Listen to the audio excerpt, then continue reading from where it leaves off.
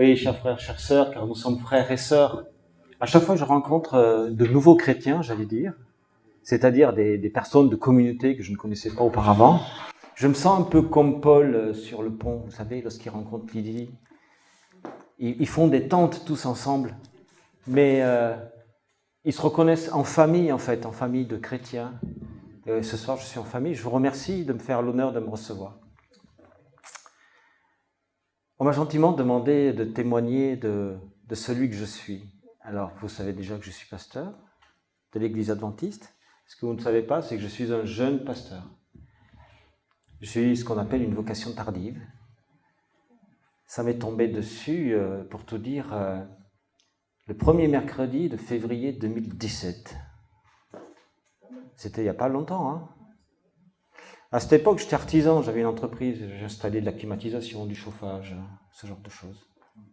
J'avais beaucoup investi, mon affaire fonctionnait plutôt bien. Pas aussi bien que j'aurais voulu, parce que quand on court après le pognon, il n'y en a jamais assez. Et puis un jour, alors que je faisais des factures, ce fameux mercredi, je me suis demandé subitement qu'est-ce qui m'arrivait. Et pourquoi est-ce que j'étais obligé de courir après le pognon? Pourquoi est-ce que sans cesse mes clients me faisaient faux bons? Et puis pourquoi est-ce que c'était si difficile? Et puis finalement tout ça n'était pas suffisant. Pourquoi ma vie était difficile? Et pourquoi j'avais dû en passer sans cesse par des hauts, des bas, des hauts, des bas? Une véritable montagne russe émotionnelle et de vie aussi, allant de fortuné à très pauvre. J'ai connu le resto du cœur, entre autres. Donc c'est pour situer un petit peu. Mais j'ai roulé aussi en grosse berline. J'ai connu les premières classes. Mais tout ça, finalement, ne m'intéressait plus. Ce qui m'intéressait, moi, dans ce temps présent, c'est que je ne comprenais plus ma vie. Et ça a été à ce point difficile à me demander, mais pourquoi tout ça? Et puis d'abord, pourquoi plombier? Et pourquoi ce que je fais là? Et est-ce qu'il n'y a rien d'autre pour moi? Et est-ce que ma vie est condamnée à en passer par des hauts et des bas sans arrêt et sans cesse devoir recommencer? À peine avais-je touché le succès du bout des doigts que de suite, il s'en allait et disparaissait. Et je vous assure, j'ai vécu ça plein de fois. Et c'était catastrophique parce que je grimpais tous les échelons sociaux. Et puis au moment où ça commençait à devenir intéressant pour moi et ma famille, il est toujours arrivé quelque chose. Et une faillite me tombait dessus. Et je perdais tout du jour au lendemain. Alors bien sûr, on pourrait rechercher ma responsabilité, je l'avais certainement. Mais dans ce temps-là, je n'avais pas Christ avec moi. Je n'étais pas du tout chrétien. Pour tout vous dire, j'étais dans ma 33e année d'islam. Je m'étais converti à l'âge de 19 ans. Et donc, quelque part, je croyais en un Dieu. C'est là où je peux témoigner de ce que Jésus n'est pas rancunier, parce que ce Jésus, je l'avais envoyé balader avec toute son église et tout son prélat, qui m'avait vraiment vexé beaucoup à l'âge de 14 ans. Et là, j'en avais 53. Et je me suis demandé, là, dans ce temps, qu'est-ce qui se passait pour moi? Et je ne pouvais plus travailler du tout, donc je me suis arrêté de travailler. Et je suis allé dans mon salon, je travaillais chez moi. Et puis là, j'ai levé les bras au ciel. Et ce n'était pas pour une louange. Hein. Je vous assure que j'ai invectivé Dieu avec toute la force dont j'étais capable. Imaginez un ouvrier du bâtiment, ce que c'est capable de dire. Et je vous assure que j'ai vidé mes tripes. Hein. Franchement, je suis allé franco parce qu'en fait, j'avais rien à perdre. Je ne croyais plus en tout ce qu'on me servait comme soupe. Je ne savais plus où était ma vie. Et dans cet instant précis, je vous assure que ma vie n'avait plus aucune importance. Ni l'argent qui rentrait, ni l'argent qui était perdu, ni l'entreprise, ni moi, ni rien du tout. Et j'étais vraiment dans une crise existentielle profonde, mais ça m'est tombé dessus brutalement. Et là, je hurlais à Dieu, mais pourquoi? Est-ce qu'il n'y a rien de mieux pour moi? Est-ce que je suis obligé sans cesse de passer par des hauts, des bas comme ça, toucher le succès du bout des doigts et le perdre aussitôt? Est-ce que c'est ça, toi, là-haut, là, il paraît qu'il a tout créé? Et à peine j'ai eu fini de dire ça, qu'il y a quelque chose qui a résonné en moi et qui me dit j'ai prévu autre chose pour toi, mais si tu veux continuer de plombier, je bénis quand même. Et moi, je me suis retourné. parce que c'était comme je vous parle, mais c'était en moi. Je ne savais pas d'où ça venait. Et pendant une seconde, je me suis dit, non, tu es en train de te la raconter parce que ça te fait plaisir. Dieu ne répond pas comme ça aux mécréants, c'est pas possible. Et allez savoir pourquoi. C'est comme j'y étais, c'est pour ça que je déambule.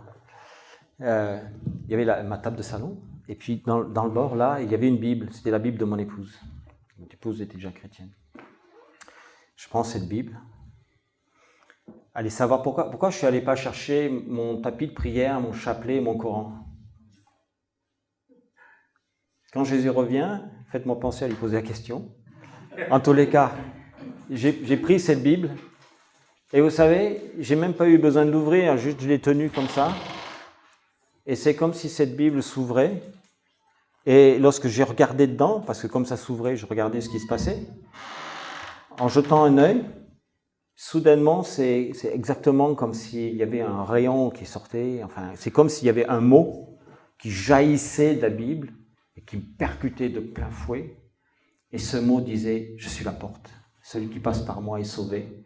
Et à peine ai-je lu cela, que j'étais rempli de la puissance de Dieu. J'étais transformé dans l'instant. Et toutes mes questions se sont évanouies en un instant. Et d'un coup, je savais que j'étais transformé. Et d'un coup, j'étais rempli de cette puissance divine qui me tombait dessus, exactement comme une cascade. Vous voyez comment ça fait? J'ai jamais été sous une cascade, mais je me suis dit, ça doit être ça. Mais c'était que de l'amour, et jamais de ma vie je n'avais connu un tel sentiment, une telle profondeur et une telle transformation intérieure. Et au fur et à mesure que je recevais cette bénédiction-là, je ne savais pas encore ce qui se passait en moi. Juste, j'étais là, passif, et je recevais tout cet amour. Et je me sentais tellement protégé, tellement réparé, tellement pardonné, tellement aimé. C'était comme si Jésus était à côté de moi et il me prenait par l'épaule, il me disait « Viens fils, tout va bien, tu es protégé, tu es en sécurité, tu es sauvé. » Et c'est vraiment le sentiment que j'ai eu d'être sauvé dans ce temps-là. Et alors, bien sûr, j'ai pas eu de théophanie, comme on dit, hein, il n'est pas apparu subitement, mais véritablement, sa présence était vraiment prégnante dans la pièce à ce moment. Et lorsque j'ai ressenti tout cet amour, une impulsion qui est venue de l'intérieur de moi qui a dit « Oui, Seigneur ». La première fois de ma vie que je disais un truc de ce genre. « Oui, Seigneur ». Et j'ai reconnu là ce qui m'arrivait comme étant l'œuvre de Dieu en moi. Et je dis, ok, qu'est-ce que je vais faire avec ça? Et là, la voix qui me dit, suis-moi, tu vas me suivre. J'ai dit, ok Seigneur, je vais te suivre jusqu'à la fin de mes jours. Et quand j'ai dit jusqu'à la fin de mes jours, j'ai dit, oh, c'est peut-être un peu excessif. On se connaît à peine. Non, je plaisante, c'est pour détendre l'atmosphère, mais vous voyez, c'était vraiment dans cet état d'esprit où le bouleversement de mon existence a été tellement important que tout ce qui avait existé avant n'existait plus et que d'un coup, je me retrouvais nu, littéralement, devant ce Dieu-là et je n'en avais point honte. C'était vraiment un renouveau pour moi complet. Et donc après ça, j'ai dit non, jusqu'à la fin de mes jours, j'ai promis. Et puis je pose encore une question, je dis oui, d'accord, mais pourquoi faire? Parce que c'est bien beau tout ça, recevoir toute cette puissance, tout cet amour, tout ce pardon, toute cette réconciliation, enfin vous mettez tous les superlatifs que vous voulez, et je crois qu'on en oublie encore quelques-uns. Et cette voix qui revient, qui me dit pasteur, tu seras pasteur.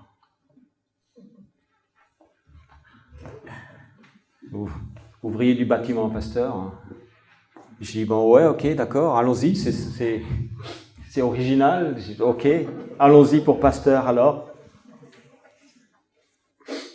Et c'est là où vraiment j'ai pas eu le doute de ce que c'était Dieu qui me parlait. Déjà le fait qu'il me demande de le suivre, et ensuite le fait qu'il y ait cette injonction, tu seras pasteur. Ouais, c'est un moment rare que j'ai vécu, j'ai conscience de la bénédiction qui m'est tombée dessus. Parce que tout ce que j'ai reçu ce jour-là, c'est réalisé sans aucun accroc. Lorsque mon épouse est rentrée le soir, j'ai dit, chérie, j'ai un truc à te dire. Elle était un peu effrayée. Il y avait un peu d'eau dans le gaz entre nous à ce moment-là. Je dis, qu'est-ce qu'il va m'annoncer? Je dis, assieds-toi. Non, je préfère rester debout. Et je lui raconte exactement la même histoire que celle que je viens de vous donner là. Elle m'a écouté sans dire un mot, exactement comme vous. Et elle a levé les yeux au ciel, et je la vois faire demi-tour, et puis elle part, elle fait le tour de l'appartement, puis elle revient vers moi 1 minute après. Elle me dit, excuse-moi mon chéri, c'était tellement énorme ce que tu m'as dit, il a fallu que je prie Dieu, et en priant, j'ai eu la certitude que ton appel était véritablement un vrai appel de Dieu.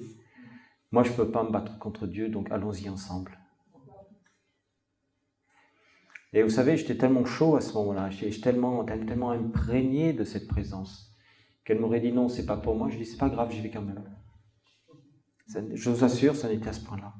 Mais je loue le Seigneur de ce que, non seulement il m'a appelé, moi, le dernier des mécréants, un jour peut-être je vous raconterai le style de vie que j'avais, et puis, ce qui est arrivé là, comme ça, c'est incroyable de penser que je puisse être appelé à une telle tâche. Vous voyez? Après, j'ai eu un bout d'explication. Ma maman m'a expliqué après. Je l'ai appelé d'ailleurs ce même jour. Je lui ai dit, écoute maman, il y a longtemps j'avais quitté le christianisme, et puis là j'ai décidé de réintégrer la chrétienté. Et elle a dit, alléluia, gloire au Seigneur, louange à lui. C'était une luthérienne. Enfin, pour une luthérienne, c'était même excessif. Hein. Généralement, mais là, je veux dire, elle était elle aussi d'un coup remplie de l'esprit. Elle dit, mon fils, si tu savais comme ça me fait plaisir. Tu sais, il y a 30 ans de ça, tu avais changé de voie, j'étais pas d'accord avec. Mais c'était ta vie, donc j'ai accepté. Mais tous les jours, j'ai prié pour que tu reviennes au Seigneur. Je dis, écoute, t'es exaucé. Et puis je dis, il y a autre chose. Elle me dit, quoi? Qu'est-ce qu'il peut y avoir de mieux? Je dis, non, c'est pas mieux, c'est juste différent. Ah bon, mais tu me fais peur, tu sais. Je dis, non, n'aie pas peur. Bah, écoute, je vais devenir pasteur. Et là, à l'autre bout, il y a eu alors, autant avant, il y avait Alléluia, machin, et là, d'un coup, il n'y avait plus rien, quoi. Alors, je me rappelle, je dis, allô, t'es encore là? T'es tombé à la renverse? Et je dis, non, mon fils, si tu savais. Ma mère, un peu théâtrale, hein, elle est comme beaucoup de mères, je pense. Mon fils, si tu savais, comme ça me fait plaisir. Je dis, comment ça te fait plaisir? Oui, il faut que je te dise un truc, je t'ai jamais dit ça, c'était un secret dans la famille et tout. Je dis, mais qu'est-ce qui arrive? Elle me dit, tu sais, depuis que tu as 10 ans, je vois en toi un pasteur, et j'ai prié tous les jours de ma vie pour que tu entres au service de notre Seigneur. Je dis, voilà, tu as été exaucé 2 fois. Mesdames, les prières des mères sont des prières puissantes. Persévérez, je vous assure. Ça met parfois un peu de temps, je l'accorde. Mais ce n'est pas la faute à Dieu. Bon, je vais prêcher juste une seconde. Non, c'est pas la faute à Dieu. Oubliez ça, parce que Dieu répond dès que vous commencez à prier. Souvenez-vous de Daniel, 21 jours de prière pour que l'ange vienne lui dire, dès que tu as commencé, la parole est sortie. Un peu plus loin, il explique qu'il y a des autorités qui se sont mises entre lui et la prière et qui ont bloqué sa prière. Nous ne sommes pas Daniel, à notre mesure, chacun peut-être un petit peu quand même, mais les autorités s'intéressent à nous. Et félicitez-vous de cela. C'est bizarre qu'un pasteur dise ça. Hein. Je vais vous dire pourquoi. Parce que si vous êtes embêté par l'ennemi, ça veut dire que vous êtes sur la bonne voie. Inquiétez-vous le jour où il vous laisse tranquille. Mais pendant que vous êtes embêté, faites communauté, vous êtes une église. Tournez-vous les uns vers les autres, soutenez-vous. Enfin, vous voyez, la genèse de ma transformation, elle est arrivée de ce moment-là. Et ce qui est arrivé de magnifique, j'ai 1 minute encore, je ne vais pas être trop long, je peux tenir le crachoir pendant 3 heures. Hein. Moi, je vous fais 3 conventions à l'affilée. Hein. Donc, ça me fait plaisir de partager, en fait, hein, c'est pour ça que je suis joyeux. Dès le lendemain, alors mon épouse, oui, elle me demande, mais qu'est-ce qu'on fait maintenant? Est-ce que tu vas continuer ton entreprise? Je dis non, je vais aller faire 50 théologies. Je peux pas faire théologie et plombier en même temps. Hein. Il me dit, bah, qu'est-ce que tu fais? Je dis, bah, je vais fermer mon entreprise et on va prier le Seigneur pour qu'il nous aide à la fermer parce que j'ai au moins 3-4 ans de remboursement bancaire à faire. Si j'avais fait gros investissements, j'avais plusieurs camions, j'avais un atelier qui était 4 fois grand comme tout le bâtiment là, donc vous voyez. Donc il y avait des trucs, il fallait régler tout ça. Et on a prié pour ça. Et dès le lendemain matin, le téléphone s'est mis à sonner. Je vous la fais courte parce qu'il y a plein d'expériences durant ce temps-là. Mais exactement 10 mois après cette prière-là, j'ai reçu le dernier chèque de mon dernier client qui m'a permis d'éteindre ma dernière dette. Gloire au Seigneur. Et donc j'ai pu aller faire théologie sans avoir de dette. Et lorsque je suis allé à l'université qui m'a accueilli, une université adventiste qui se trouve en Haute-Savoie, je suis arrivé là-bas et j'avais juste la somme pile qu'il fallait pour payer un semestre de cours en pension complète. Quand je suis sorti de la comptabilité, il me restait exactement 175 € qui m'ont fait tout le semestre. Bon, les théologiens n'ont pas de gros besoins, heureusement. Enfin voilà, et puis après il y a eu, ça a été un enchaînement de, comment est-ce que je peux dire ça sans paraître orgueilleux? C'est difficile hein, quand on témoigne comme ça. Oui, des miracles, mais des providences, des signes de ce que j'étais exactement là où le Seigneur voulait que je sois. Et à aucun moment, j'ai pensé que je devais être ailleurs. C'est ça qui est important surtout. C'est que pour la première fois de ma vie, enfin, j'étais là où je devais être. Et pour en témoigner, à la fin de mon cursus, il y a l'un de nos professeurs, c'était notre doyen, qui était notre professeur de vie pastorale, qui nous a fait faire un travail d'introspection. Il dit, voilà, vous tracez une ligne temporelle du moment de votre baptême jusqu'à aujourd'hui, et vous tracez dessus, au-dessus, tous les points positifs, en dessous, tous les points négatifs de votre relation à Dieu. Ça m'a pris 2 semaines pour faire ce travail. J'ai relevé 75 points que j'ai argumentés. Sur les 75 points, il y en avait les 2 tiers qui étaient négatifs. Et il y avait, enfin que je considérais comme négatifs. Il faut plutôt dire ça comme ça, que je considérais comme négatifs. Et 1 tiers, grosso modo, qui étaient des points saillants plutôt positifs. À partir du moment où, là aussi un truc important, du moment où j'ai rencontré mon épouse, les choses ont changé. Et lorsque j'étais converti par Dieu, il n'y a plus jamais, à aucun moment, un point négatif. Non pas que j'ai jamais pu rencontrer aucun problème à surmonter, mais tous les problèmes que j'ai surmontés, je les ai surmontés avec l'aide de Jésus, avec sa présence en moi et avec la foi qu'il a fait naître à l'intérieur de moi. Et c'est par la foi qu'on a avancé durant tout ce temps-là jusqu'à aujourd'hui. Et je glorifie le Seigneur pour ça. Amen.